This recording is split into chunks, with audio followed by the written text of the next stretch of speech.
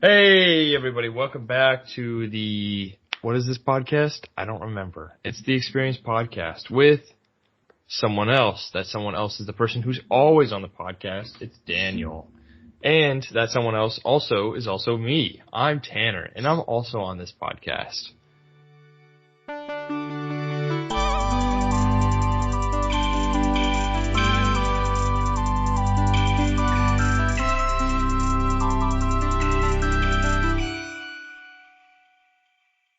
This is the Experience Podcast with me and someone else. And that someone else that just introduced that someone else before the music.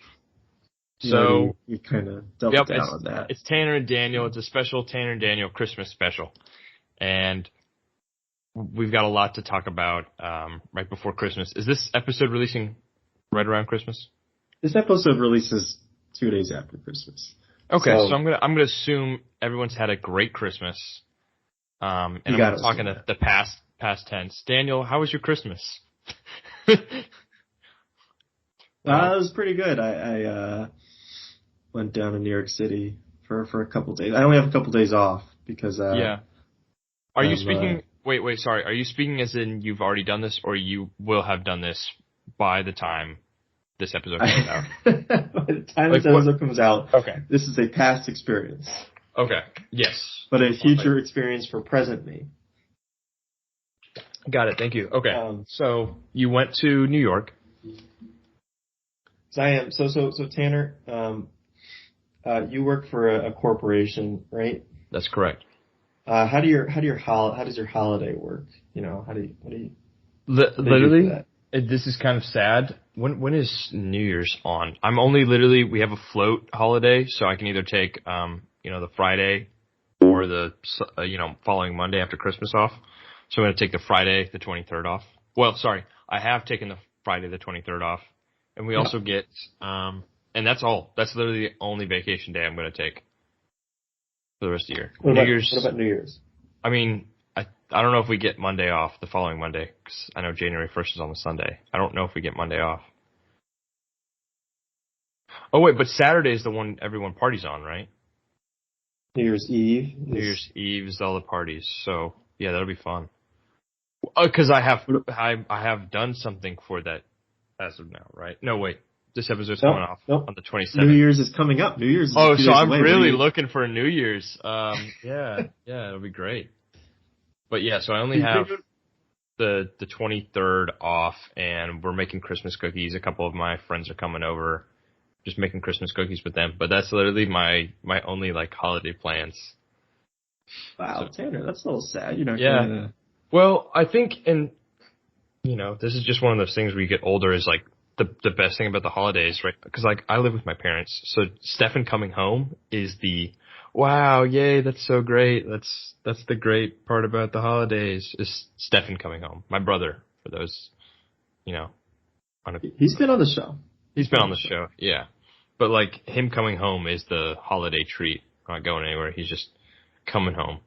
So it's literally just going to be our family. Yeah. Kind of, I don't know, a step down from the vacation holidays of the past. But I think, as you get older, you don't necessarily need or want vacation holidays. You just want to be with your family, if that makes sense. And I don't know, you have other priorities, and I'm okay with this Christmas is what I'm trying to say. I'm okay with only taking a day off.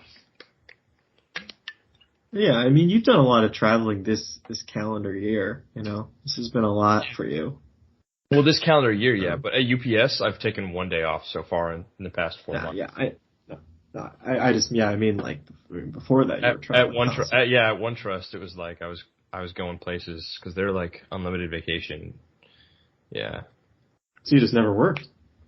Well, yeah, I mean, I think I've touched on that in previous podcast episodes. It's I have 3 times the amount of work here, which is good because I like to feel busy and better utilized, and challenged in that aspect of just, the work that I'm doing and making sure it's good work. So, but yeah, so what about? Oh, sorry. My plans? Yeah. Or what are you asking? Well, what were you about to ask me? No, nothing. I was just going off that. My plans for New Year's, I'm working. Gotta make sure people have awesome New Year's parties that have power.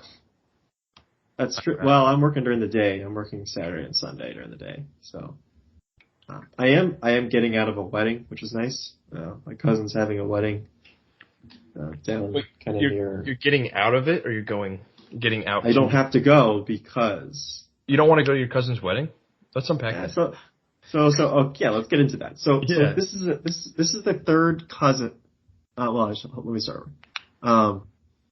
This is my dad's sister's family. Okay, right. They have 5 kids. Okay, this is the 4th wedding of the 5 kids. Oh, all right. So just knocking them one by one.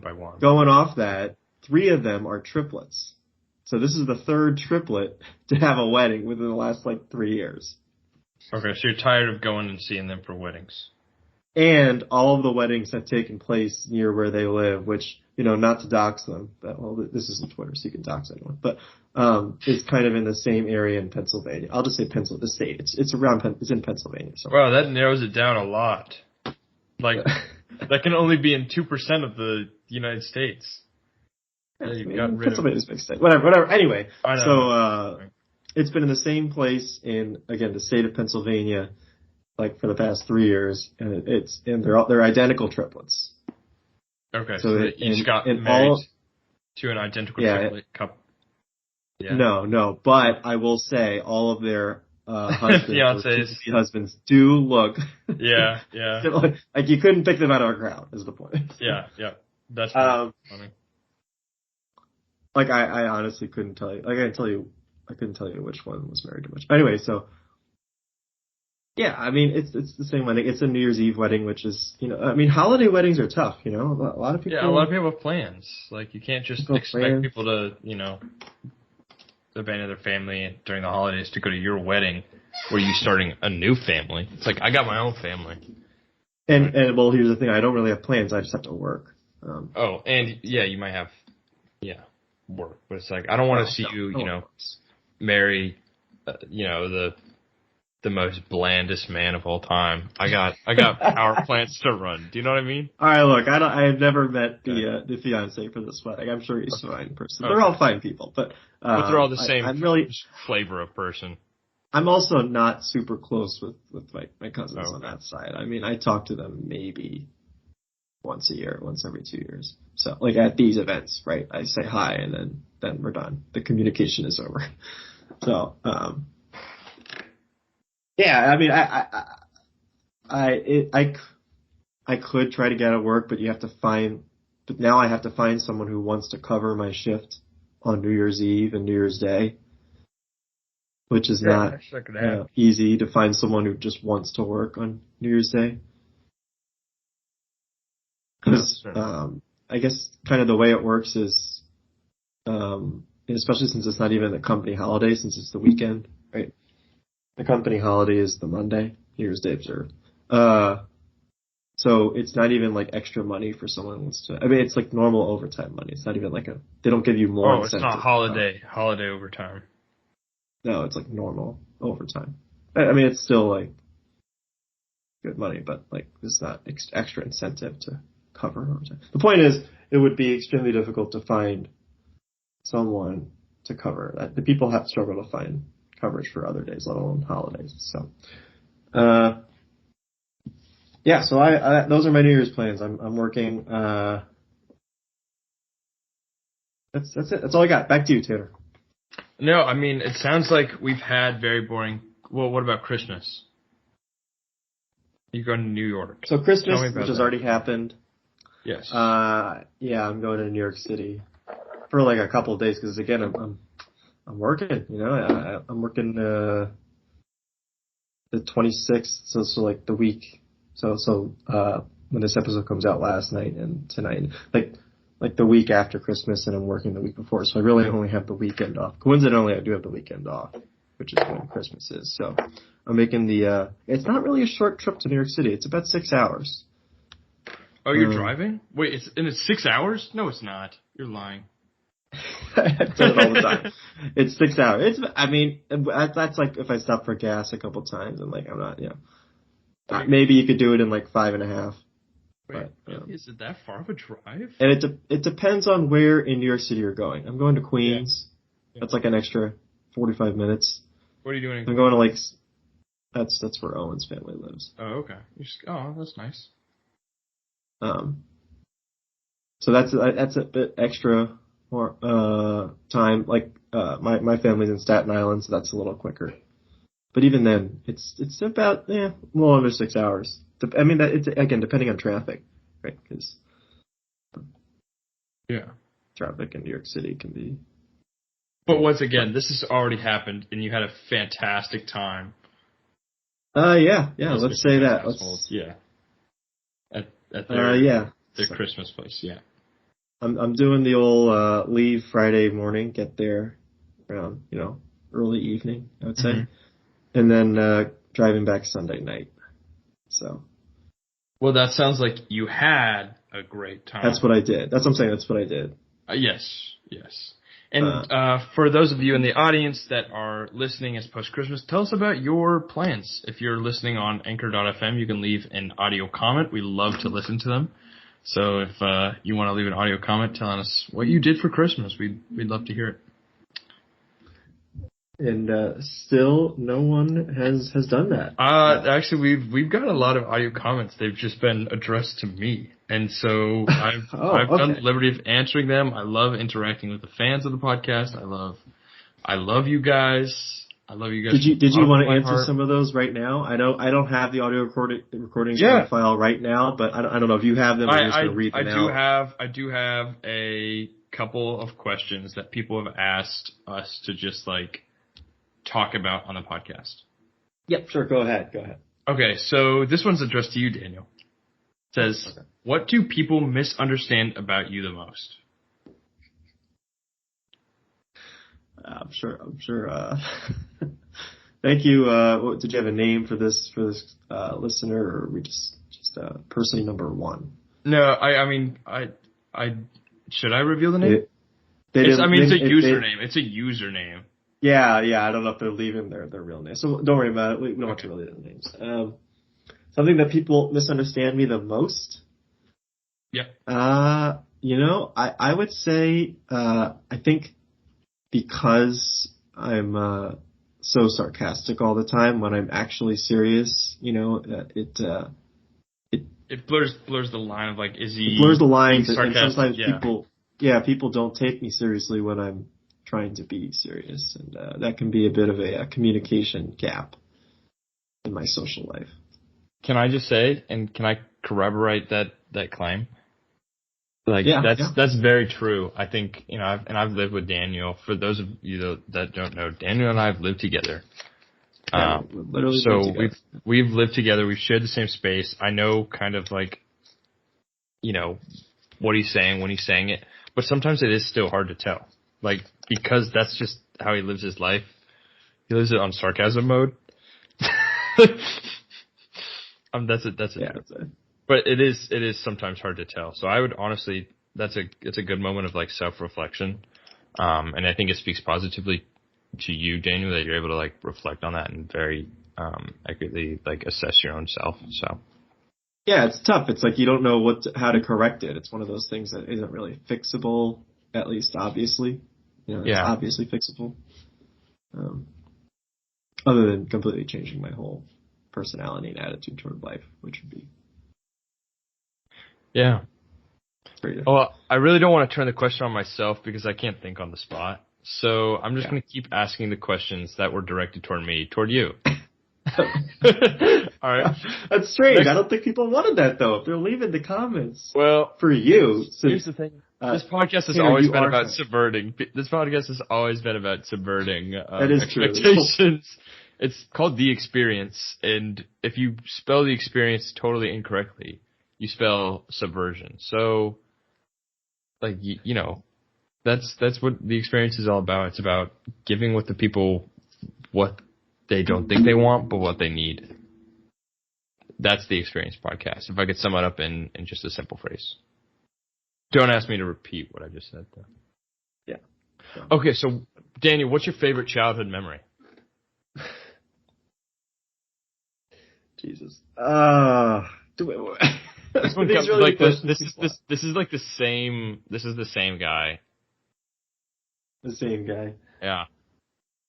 I can put in the chat what it is, and you can decide whether to say it or not. You know, I have a lot of great ones. I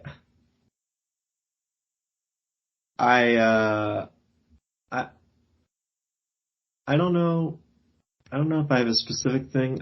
I think I'm gonna answer the question poorly here and just kind of say my whole time living in New Orleans, which was from when I was about 3-ish to 10. What'd you like most about it? That was my childhood, is kind of what I'm getting at. Oh. It's just growing up in there, and then kind of moving pretty abruptly, kind of right at the turn of like, getting toward middle school was interesting. But So just like living on the bayou, you know, calling it Nolans. Like as a young lad, Daniel called it Nolans. It's definitely a very different culture than moving up to Maryland. East, yeah. So you don't have any like significant like childhood memories?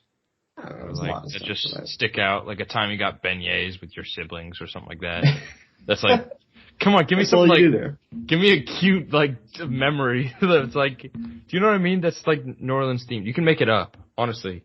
All right. All right. Well, again, I'm gonna keep it broad. I'm gonna say just Mardi Gras in general was pretty. Oh, okay. Great. Yeah, that sounds even for a kid, you know, I think when people think of Mardi Gras, it's like alcohol, booze, not alcohol, bring your kids. drunk people, yeah. But like there's a good portion of it that's pretty family friendly. Yeah. Yeah. There's kind of two different walks of it. There's the alcohol part, and then the family friendly part where you're just for like a week you're going to parades and all that kind of stuff, and you're dressing up and whatever else. So yeah, let's go Mardi Gras. Okay. Every single year.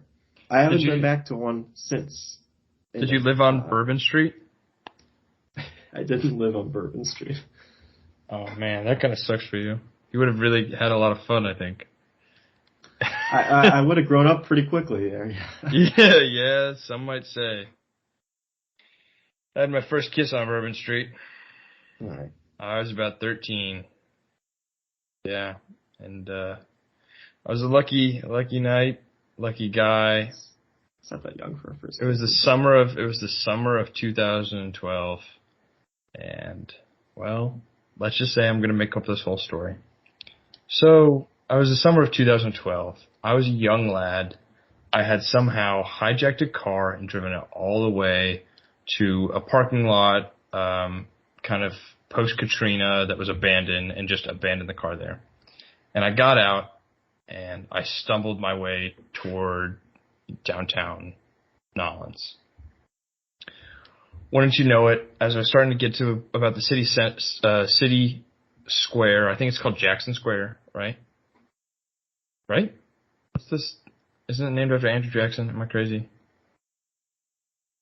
I got there around 7-ish o'clock, and you know, keep in mind that it's starting to get darker, so the nightlife is starting to come out. And well, one thing led to another, and you know, young Tanner, fresh off the high that was carjacking a car and driving it, you know, across the United States.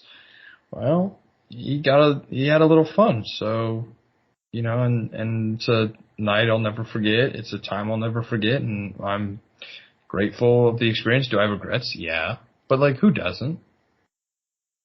So,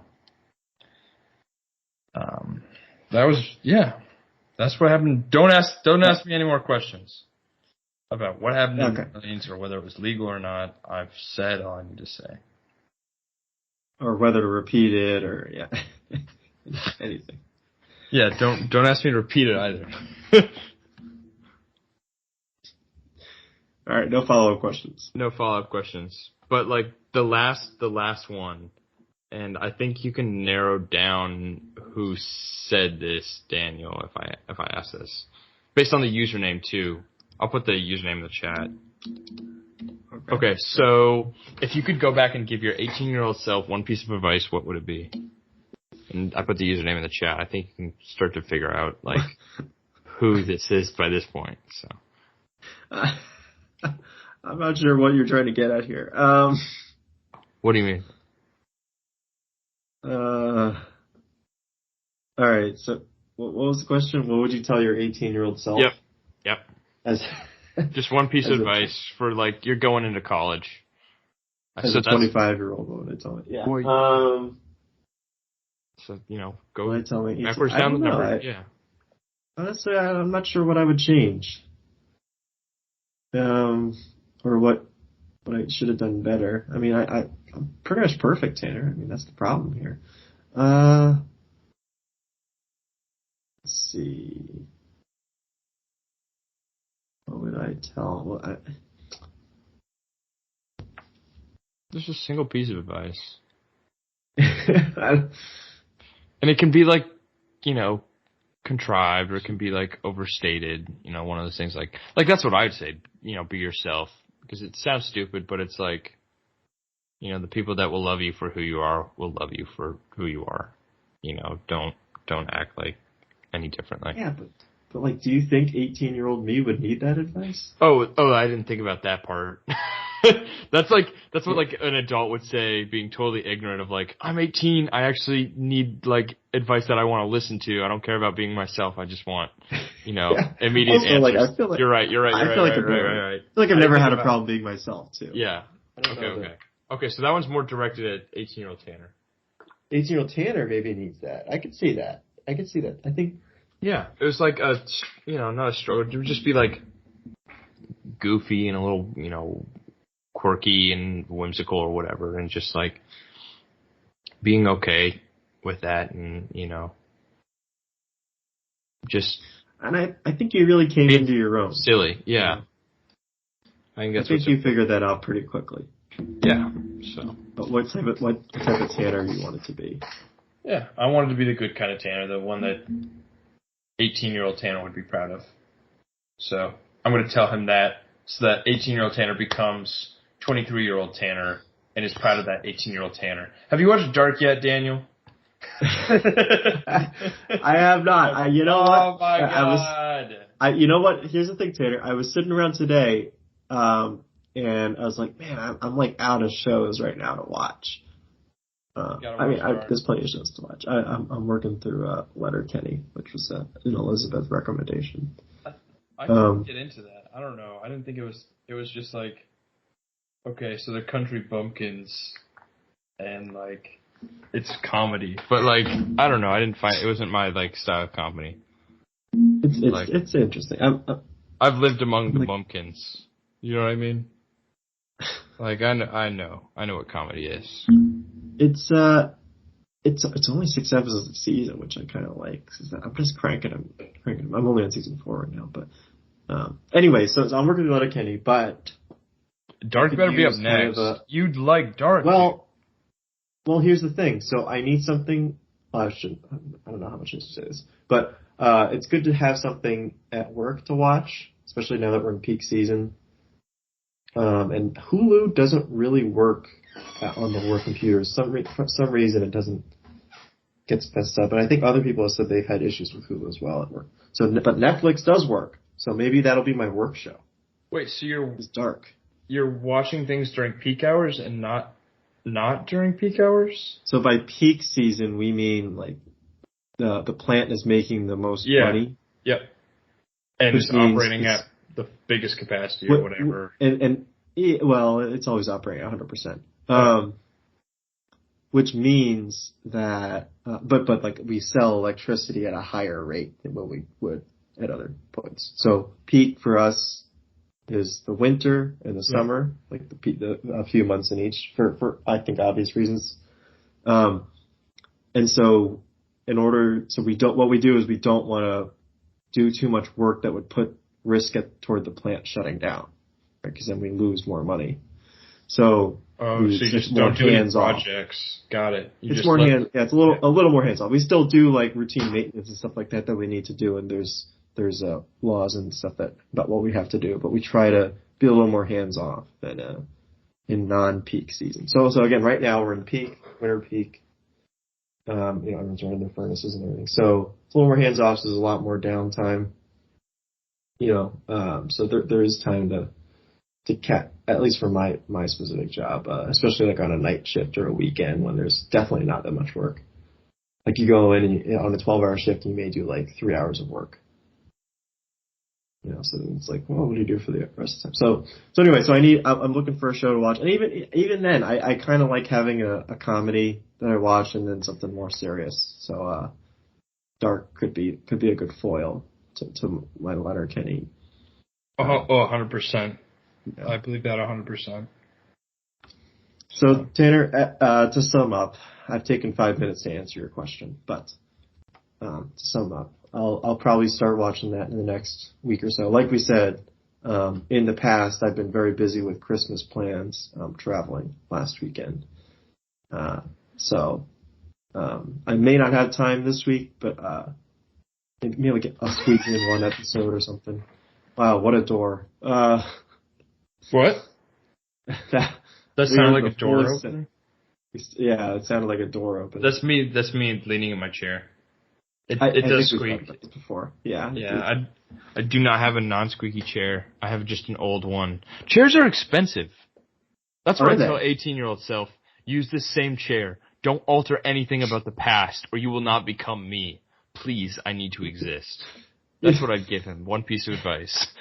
Tanner, you also live at home with your parents. So I have tons of money to spend on chairs. Is that what you're saying? Kind of. In a sense, you're right. Or that there's already quality chairs available, or there should be. What do you mean? You've lived with your parents who supposedly have a respectable home. Daniel, actually, you thought of a good point that I didn't think of till now.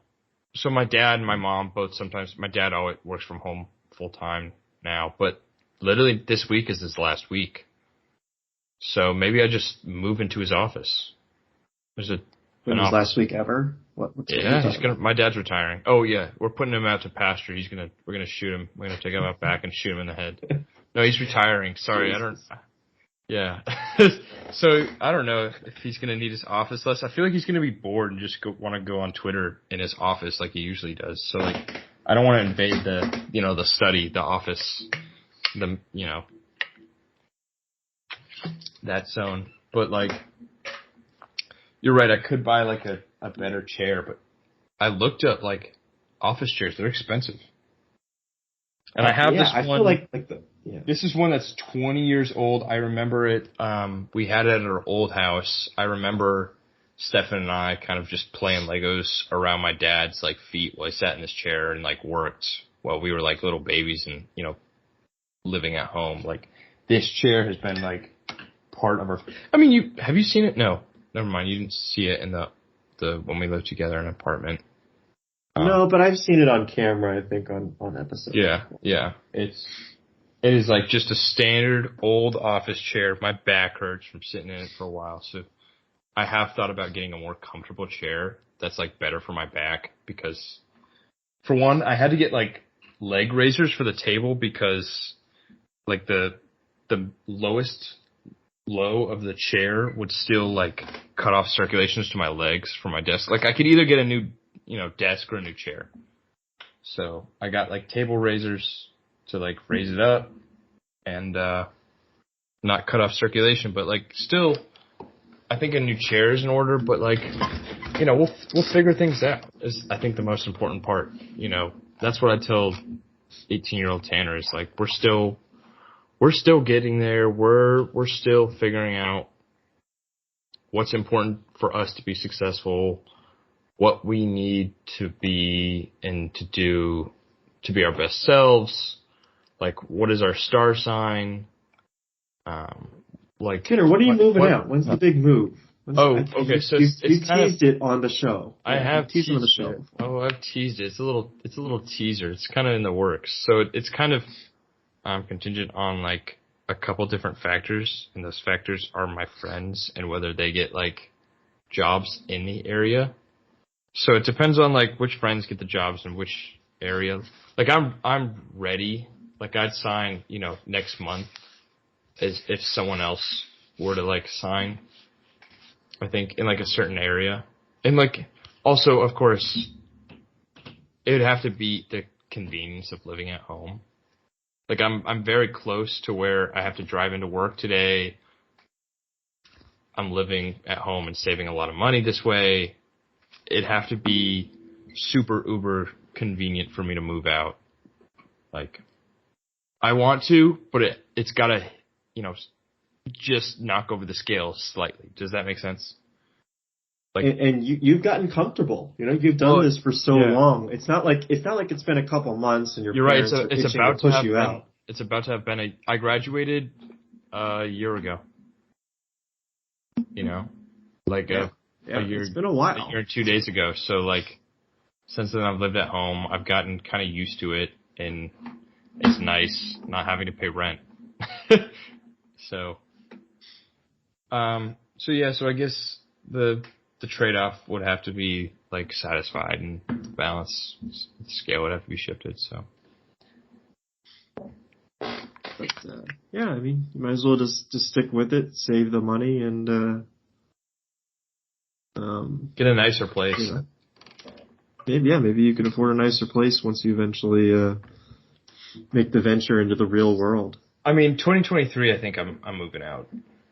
Wow, 2023. That's at some point in the year, or January 2023. If I haven't by July, if I'm not moved in by July, then it's probably not going to happen. But ever. Yep, I'm just going to stay here and I'm going to die. Are you? With your dad, who's taking it out back. Yep, I'm going to be like, Dad, wait, bury me too.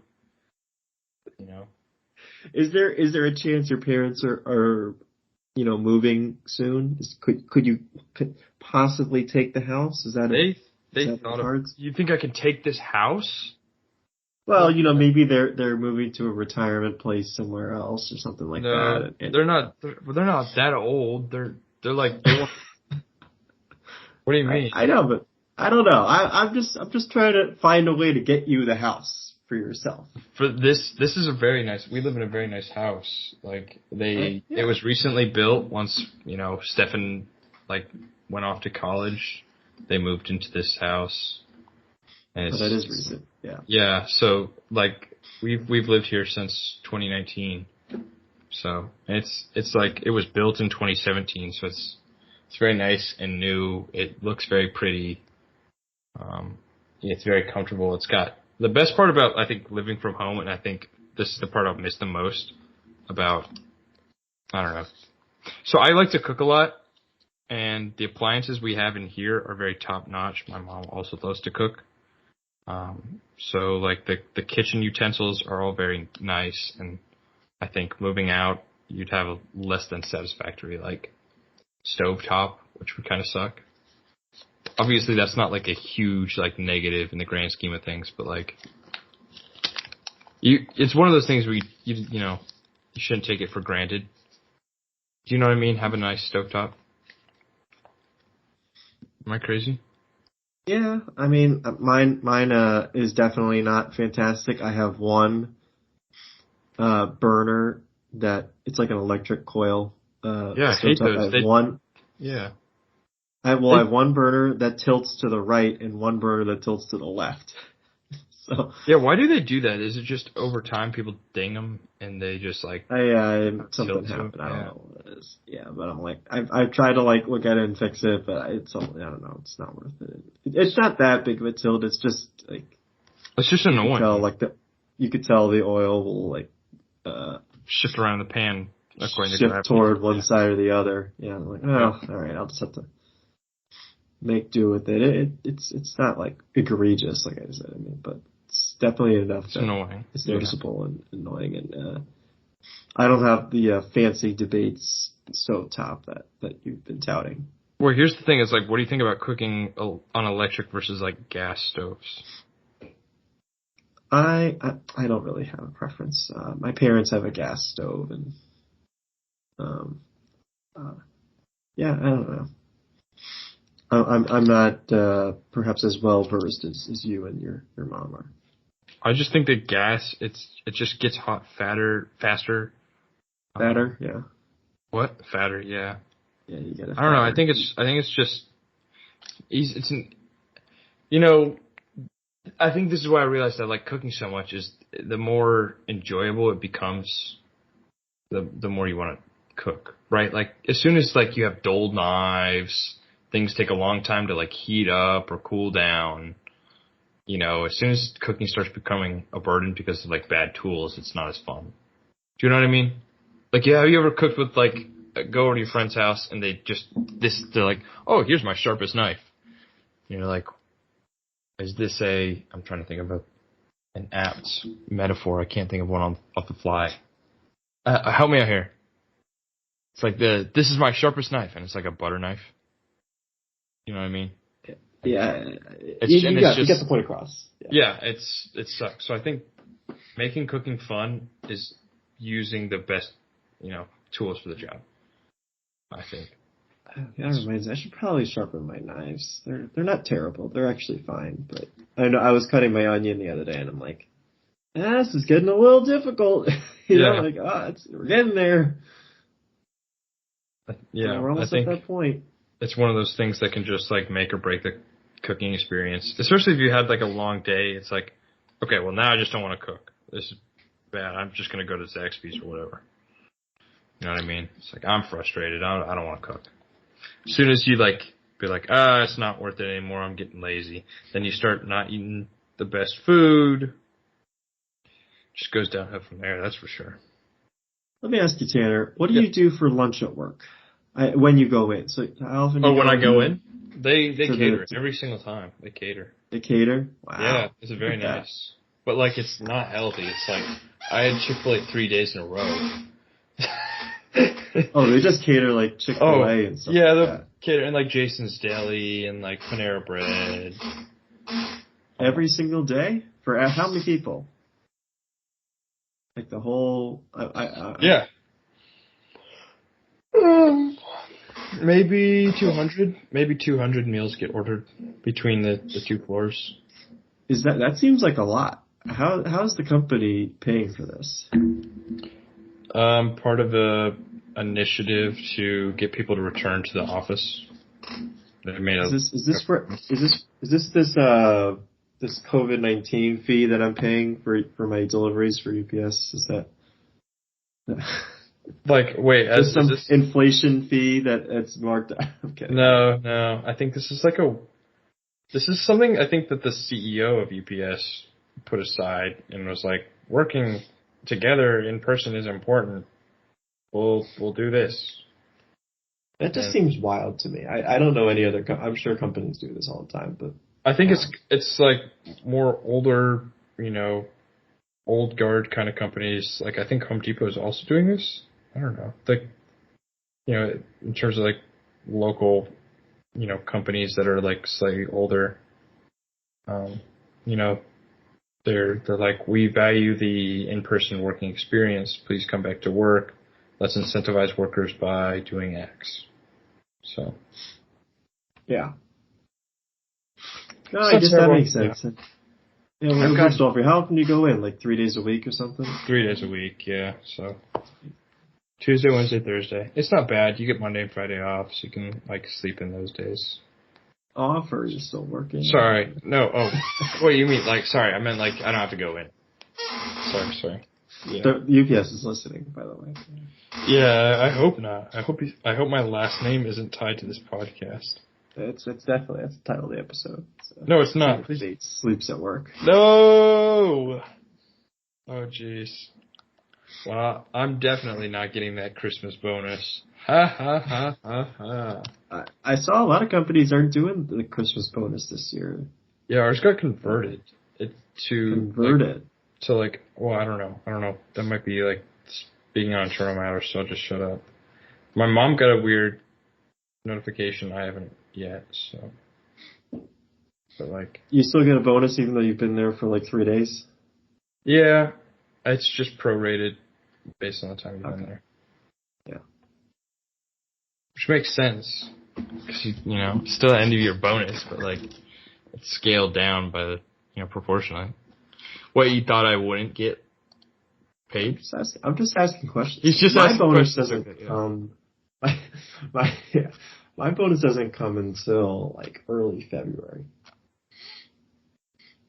Like it's still for the previous year. It's still like a quote unquote end of year bonus, I guess, but it takes them a month to figure out. Like, because it's based on like how much the company makes and all these other multiplying factors and things like that, and crew performance. So, yeah, it's not until like early February. But I guess it wouldn't matter because it's like, the calendar is. I guess unless you need that extra money for Christmas, but other than that, like the calendar is. What am I trying to say? Yeah, I'm confused. Set that way is a construct, I guess. Like. Oh, okay, yeah. When you get it, doesn't matter, I guess. As long as you get it, and it's regimented that way. It's like, how you wouldn't know the difference, but unless you need that extra money for your Christmas present. So, Tanner, so you could ask for it that way. Yes. What am I getting for Christmas? What are you getting for Christmas? What am I hoping to get for Christmas? What do you hoping Santa brings you this year? Honestly, and this is like, I don't think anyone's like got me this. Like I don't want like new, nicer. Like I wear Converse, and my, I think you've seen my shoes. They're like dirty. So some new ones that are a little bit more pristine would be nice. That's literally it. I have like pants. I have clothes. Maybe more office clothes to expand my like wardrobe for professional attire. Like what do you wear into the office? Jeans or pants. Jeans if it's like the last day that I go in. A button-down shirt. Because it's colder, I'll wear the sweater vest over it. There you go, the sweater vest. So just like a combination of that. You got to use a belt. You got to tuck it in. I have a nice pair of like brown shoes. I have some boots.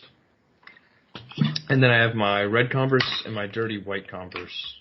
So some nicer, like cleaner, more professionally looking because they're not like covered in bar grime. Converse would be nice, but I think I'll get you those for Christmas. I'll get you a Christmas present. Yeah, you will? What do you want for Christmas? Tell me about it. Nothing. I just want to be able to get you a gift for Christmas. That's my Thank you. You've done it, Daniel. You've done it. You've beaten Christmas. You've realized what Christmas is all about. It's about consuming. And you've done it. You've beaten it. And you realize that. And that's what's most important is you want to buy something for me. Thank you, Daniel. You've done it.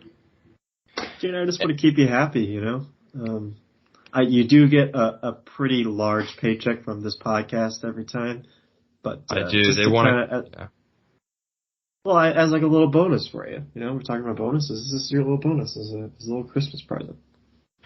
Well, I thank you very much, Daniel, and of course, you being my boss, I'm going to have to get you something from the experienced staff as well as myself. Of course, you'll be expecting something in the mail, something we've had to get delivered to you. Of course, it's going to get there a little bit later just due to the size and nature of the object that we're shipping to you. So, but is with sincere love, that on behalf of the experienced podcast crew that I can really give this to you. So that being said, thank you all. Whatever that little fucker at the end of like, Great Expectations or Charles Dickens says, Merry Christmas to each and every one of us and to all of us a good night. So thank you guys so much for listening to the Experience Podcast. I am Tanner, joined by Daniel, and we thank you for listening and have a happy holidays.